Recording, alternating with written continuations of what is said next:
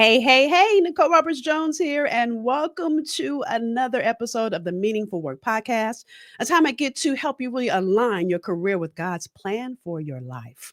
Excited to be here and to start another series with you. So, this series is called Relationship Currency, the fuel for meaningful work. And why is it the fuel? So, if we think about the word currency, and yes, I'm going in out of the gate, y'all, so depend, right? Because I'm just going right in and I'm pulling up slides. Think about what currency means. Currency is a system of money in general use in a particular country. It's circulation as a medium of exchange. Again, circulation as a medium of exchange. It's the fact or quality of being generally accepted or in use. So think about that in regards to your relationships. A system or circulation as a medium of exchange. And so when you're looking at your relationships, and I'm not just talking personal, I'm talking about at work as well, even if you're relating to the people that are your subordinates, are your assistant, and maybe other people you're supervising, I want you to understand that a relationship is a relay. The first part of relationship is relay. And when I think of relay, as a previous runner, so I used to be a track runner in the eighth grade was the last time I ran track. And I used to run the relay race where you're passing off the baton to the next person. Now, listen, we're in a relay with God because God has passed a baton to each of us to do work here in this world. I'm not going to talk about that. But even as we do this work, it's about us having that same relay, that passing. And what are you passing? What currency are you using in your relationships? And dare I say, what currency are other people using in when they're related to you? So I want you to look at it in this terms. Either you're giving deposits or making withdrawals. People are either depositing into your life, into your career, into a project you're working on, or they're withdrawing. Now, sometimes you'll have people in your life that do make withdrawals that are also making deposits. But understand, if you go to that ATM, y'all see that ATM on the screen. Those of you, by the way, if you're not watching on YouTube, anytime I'm here and I'm sharing, I'm always going to have slides. So come on over to my nrjnetwork.com YouTube channel so you can follow with slides. So back in the day, y'all, have you ever, when you were in your 20s, because I know you wouldn't do this now, go to the ATM and you try to withdraw money and they don't let you get any because you don't have enough funds? So you've got to look at how are people either fueling who you be, fueling the work you're doing by making deposits, or if you're making too many withdrawals, at some point you will be deficient. That's what relationship currency is all about. So I kind of said this already, but there are two types of relationship currency. One is professional, one is personal. So I'm going to talk from professional first, okay? Because when you join a company or an organization, you immediately start to build relationships. You immediately become a part of a team. And it's all about the relay you're having between you and that person on your team. And oftentimes, whether it's your boss or whether it's a subordinate, it's the relationships that you build that help you create and fulfill projects. It's the relationships that you create that give you great references. Matter of fact, in one of our previous episodes, we talked about the fact that you are a brand. This ability to use the currency of relationships at work also builds your brand. So I'm going to give you 5 things to think about here. And you've heard the term your net worth is the power of your network. Uh-huh. Your net worth is in the power of your network. So this is all about relationships. So I want to talk about 5 things here. So number one is about access to opportunities. So someone that is building out programs and developing people, when I can access the relationships that I have to help clients, to help students, to help the people I'm working with, it's because of the relationships I've built over time, right? So this can open doors to you for you. It can open the job opportunities for you. I mean, I remember when I worked in the entertainment industry, I got the first job because I was really, really good. And that was as an intern. I got offered a job at that internship. At that internship, I got my boss, who was a producer of the show I was working on, said, "You work really, really hard. What do you really want to do?" And I said, "Casting." She made a phone call. Again, access to opportunities. Got on started working with a casting company that produced some of the best known TV shows. One of them is in reruns. It was a number one TV show on Fox. I'm not going to say the name because y'all get stuck on that. But even working there, The director's assistant called and asked me, did I know anybody that would love to start? He was starting a management company and they were looking for someone to kind of lead up, kind of help out. And I said, oh, I'll be interested. Got that job without even interviewing. Again, because of the relationships that I had and the person that I was being in the roles that I've had. People saw how hard I work, and I still work that hard no matter what, even as a manager, even as a director, right? Even as a CEO. So it really gives you access to opportunities. The second thing is mentorship and support. Mentorship and support are so important. So mentorship is someone that kind of takes you under their wing, kind of shows you the ropes. Support is someone that might make introductions for you, might help you move forward. And sometimes a mentor can be both. But you've got to understand that you need that mentorship. If that producer at that TV network didn't say to me, Nicole, what do you want to do? She's still my mentor to this day. I haven't talked to her in a while, but I can call her. And that was 30 years ago. Jesus, how old am I? That was 30 years ago. So it really does open the doors to mentorship and support. Funny enough, even the casting director whose company I work for, we still send each other Christmas cards every year. So again, your net worth is in the power of your network. Number three, personal brand building. Hello. Helps to raise your professional profile and enhances your personal brand. Now, again, our previous guest, Melissa Don Simpkins, talked about this. So if you missed her episode, go back and watch it. But really, it's all in relationships. It's how you relate to people. It's how people relate to you. It's how people perceive and receive you. One of my favorite quotes by Dr. Maya Angelou is, people will forget what you said, they will forget what you did, but they will always remember how you made them feel. So that is all around your personal brand. I think I told this story on another episode, but I'm going to tell it now because it just jumped in my head. So when I was transitioning out of entertainment and when I was in grad school getting my master's degree in social work, I was working at a comedy club in between, because I had to eat. And I ended up being a manager of a comedy room. And so there was the way that comedians got to audition new ones is they would submit their materials and come up, and they would call it coming up.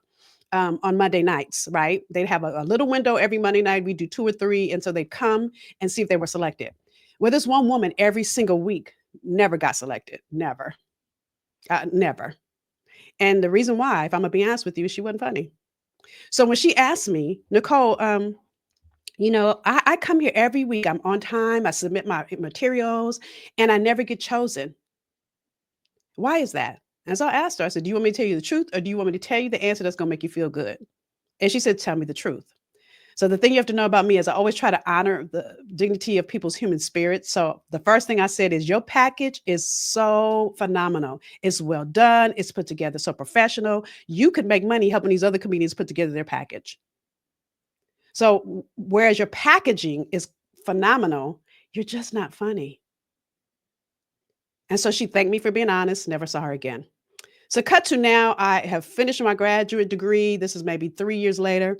And I am working on a project with the Speaker of the State of California. And he invites me to come to his office because I'm doing such great work in the project because he wants to hear about my business and see how he can help me. So I go to my meeting with the speaker. I go to the receptionist and I say, hi, I'm here to meet with the speaker. And she says, wait a second. And she then, no, excuse me, she says, follow me. And she walks me back to the speaker's assistant's office. And when I get to the speaker's assistant's office, try not to say people's names, and I guess I could take me off. When I get, hello, trying to take the slides off so you can see me. So when I walk back to the speaker's assistant's office, she goes, oh, hold on one second. There was a woman in her office. She said, let me walk this woman out and I'll come back. And she said her name. And she comes back and she says, the speaker's assistant says to me, Nicole, do you know who that was? And I said, no. She said, that was my sister. And she was a comedian. She said, and we had been trying to tell her for years that she was not funny. But you said it to her in such a gentle and helpful way. And you gave her a great suggestion for a new way to make money, which she does to this day. So the assistant said, you don't need to meet with the speaker. Tell me what you need, and I'll write the check right now. So again, I want you to understand that your brand precedes you. Your brand is an extension of who you are. It goes beyond just what you do in your workplace. Here I am 3 years later. I'm not even in a comedy club.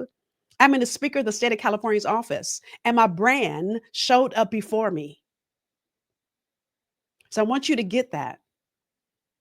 It's not about who you are just when a project is done. It's not about who you are on paper. That might look good because you went through all the things. You got all the degrees and certificates and all the accoutrement that would say you should get the raise. But it's how does your brand show up in the marketplace? How are people perceiving you and receiving you? Right? Number three, trust and credibility. Now, again, this goes with the personal brand too. Can people trust you? Here's the thing that I know: when you give me a project, I'm going to get it done when I say I'm going to get it done, and people can trust that. If I'm not going to meet my benchmark, I'm not going to wait till the benchmark comes. I'm going to tell you before the benchmark happens. I'm sharing that with you because that's about trust. And because people know they can trust me, it makes me credible.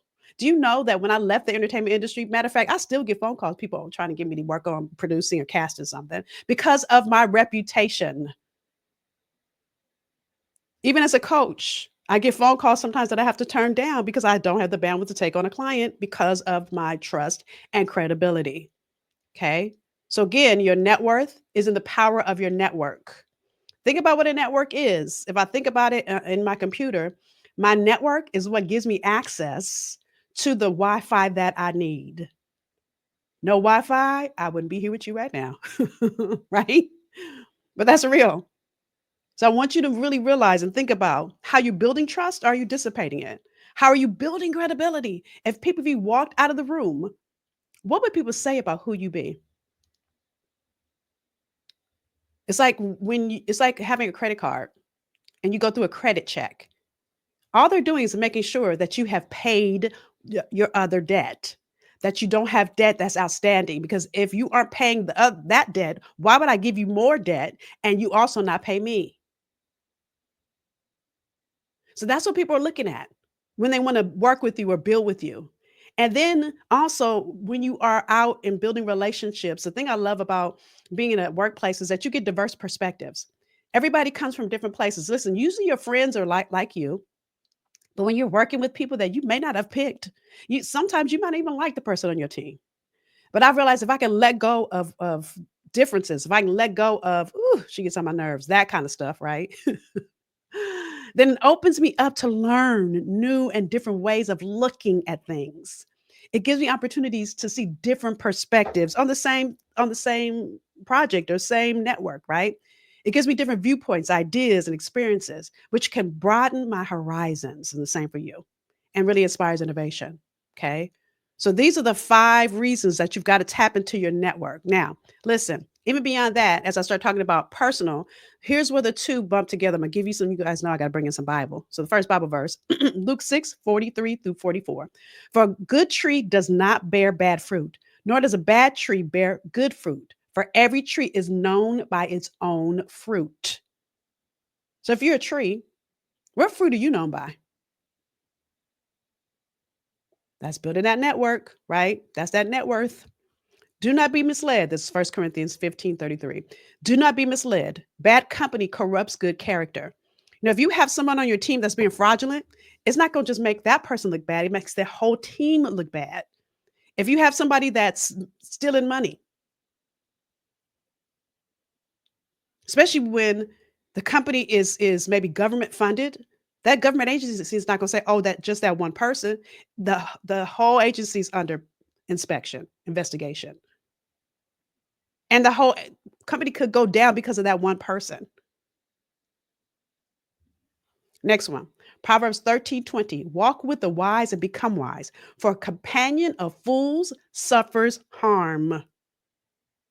So I said all that to say this. So I want you to think about it like an apple.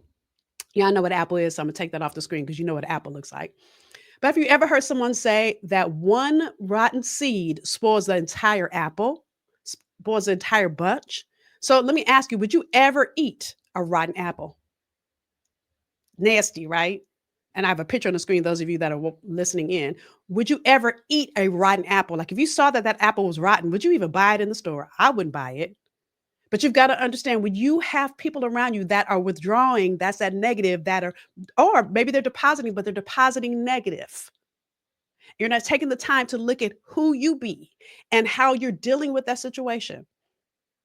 Because what happens is it becomes like a cancer. If you don't deal with it, it spreads.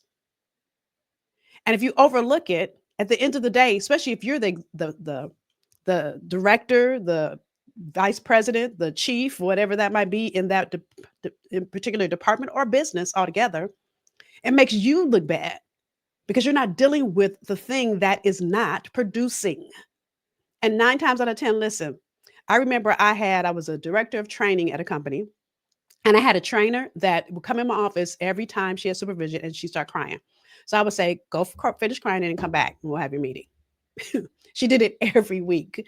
So over time, I said, okay, I obviously need to deal with this. So I handed her some Kleenex. And mind you, I'm a social worker, right? I hand her a box of Kleenex and I say, tell me what's coming up for you. I had to stop avoiding it. So I realized that she was going through so much personally that, again, your business, your career can never outgrow you. I talked about this in last week's episode, y'all. Right. And so because she was dealing with so many things on a personal note, she couldn't even fathom doing the work she needed to do in the division, which was paramount to us reaching our benchmarks because we were government funded.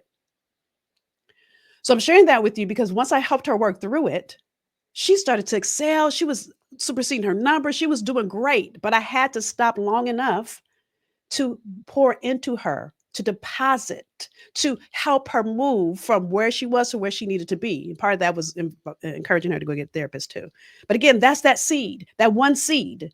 And every trainer that was on my team were bothered by her because she was so negative, but she was going through something so negative.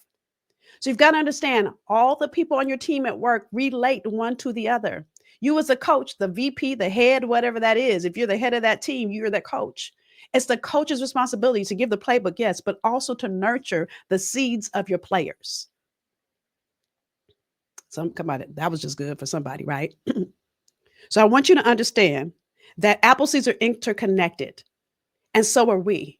If we were meant to be here by ourselves, and God would have put you down here by yourself, but instead God allows us to relate one to the other. At the same time, things happen to people. People have been through things. One like that person on my team that dissipates their ability to work the way that they should. Don't be judgmental. Take some time to sit with that person and support them through it and give a little deposit. But then some people are just negative, and you got to know the difference. You've got to know when to let people go. And we'll talk about this in part 3, and when to keep them on your team, right? But I want you to understand the relationships do happen at work, right? Now, of course, we talked about professional. So now we're going to talk about personal. And many of you will say, I thought this was meaningful work, but you've got to understand people in your lives affect who you be. I'm going to say that one more time for the people in the back.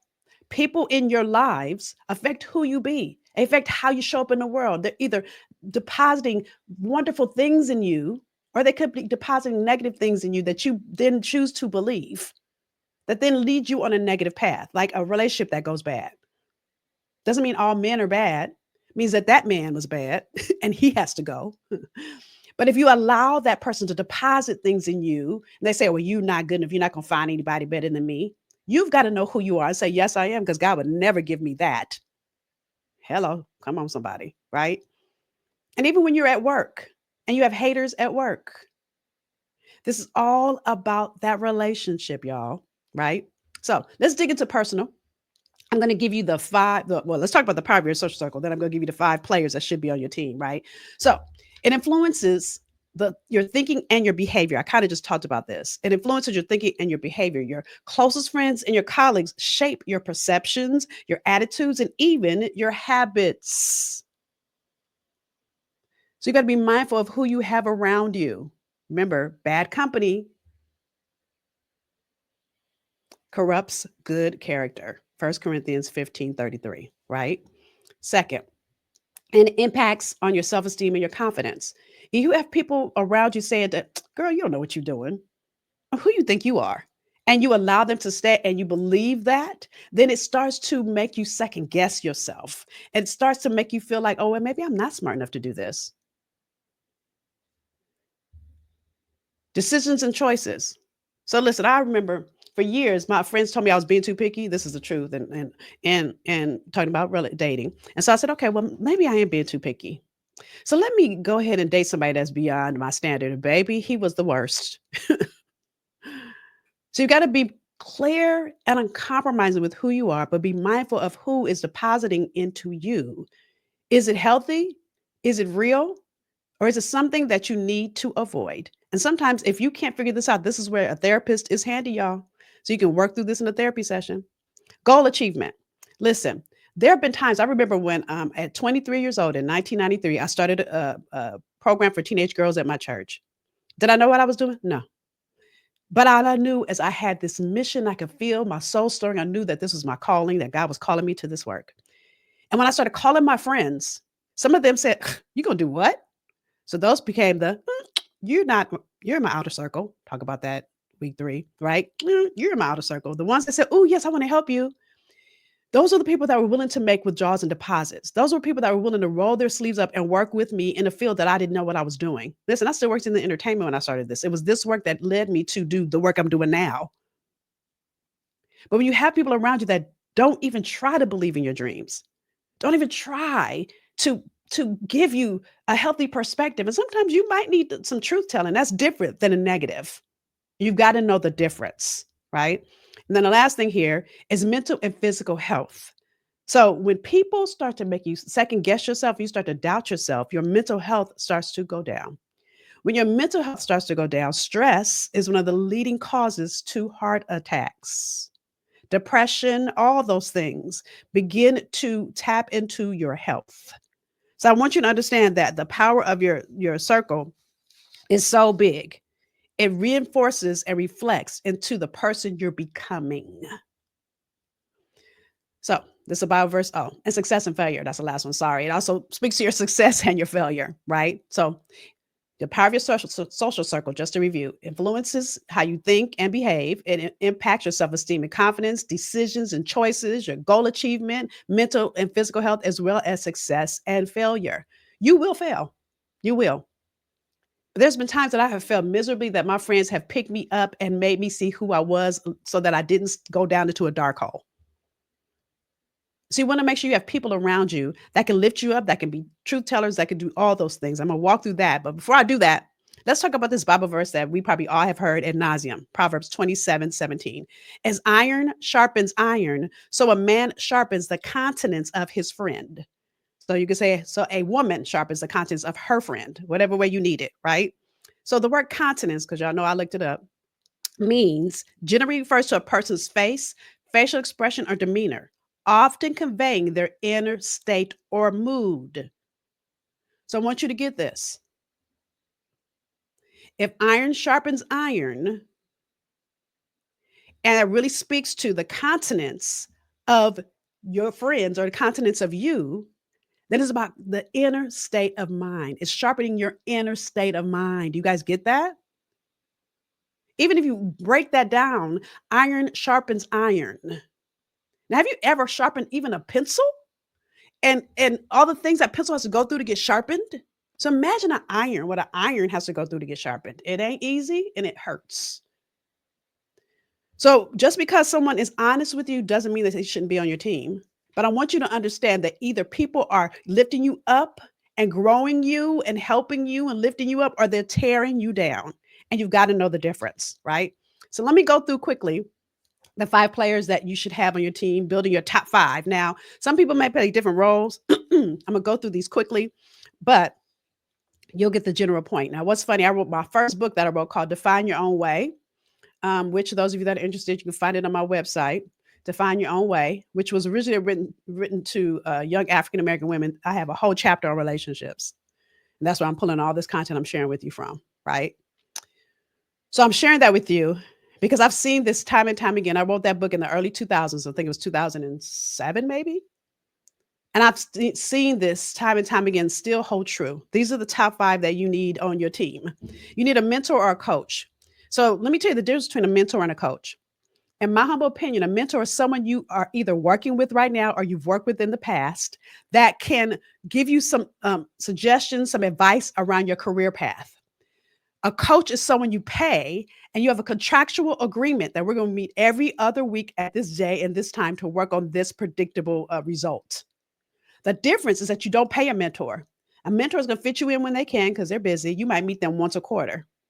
If you're building something you've never built before, you're going to need more than a mentor. You will need a coach. And you've got to know when you need both because sometimes you will need both, right?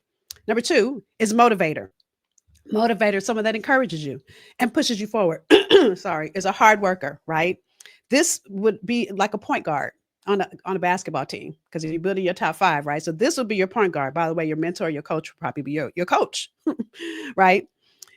So this is what their purpose is, to keep you excited, energized, and moving toward your dreams, and keeping you motivated not to quit. Because sometimes a role at work can be, you can want to quit because your boss is acting a fool and makes you want to quit. Your motivator is going to give you tools to not quit and give you every reason to stay and work through it, right? Counselor. This is someone that listens and helps you solve problems. This one will probably be your power forward. And I'm talking from a basketball place, right? But this person is going to really help you take what's in your head and brainstorm solutions, help you navigate your challenges, and offer support. Number 4 is your confronter. This is your honest critic. This will probably be your center if we talk basketball, right? And this is, listen, I talked about the power of your team. So that's why I'm using this basketball analogy, by the way. But this is the person that's going to give you constructive feedback. They're going to hold you accountable and help you grow through truth. Again, it's all about, are they telling you this to deposit something healthy in you to help you grow? Or are they saying this to you because they're a hater and they're trying to dissipate your gift? You've got to know the difference when someone's a confronter and someone's a hater. Okay. Last role is a cheerleader. We all need someone that uplifts you and is just fun. You know, when you've had a hard week and you know you want to go out with your girlfriends, that's that girlfriend that you know you're gonna have a good time and go have drinks with.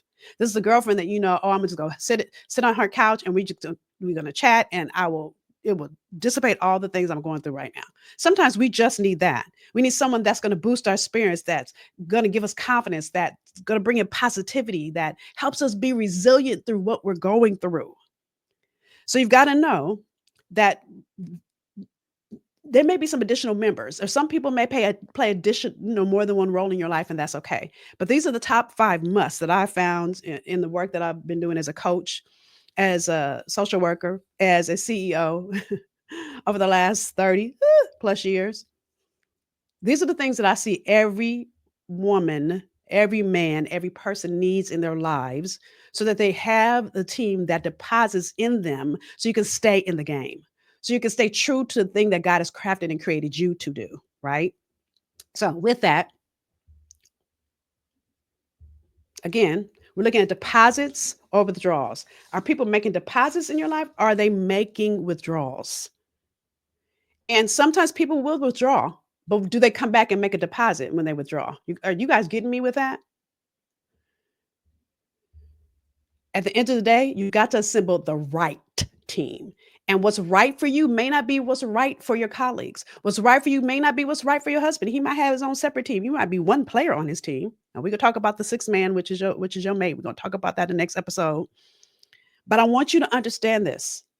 When you begin to look at where you are and what's hindering you, is it you or is it the people around you? Whether it's the people at work or how you're even relaying with those people at work. I told you about that boss that got on my last nerve, and everything he did, I would fight at work.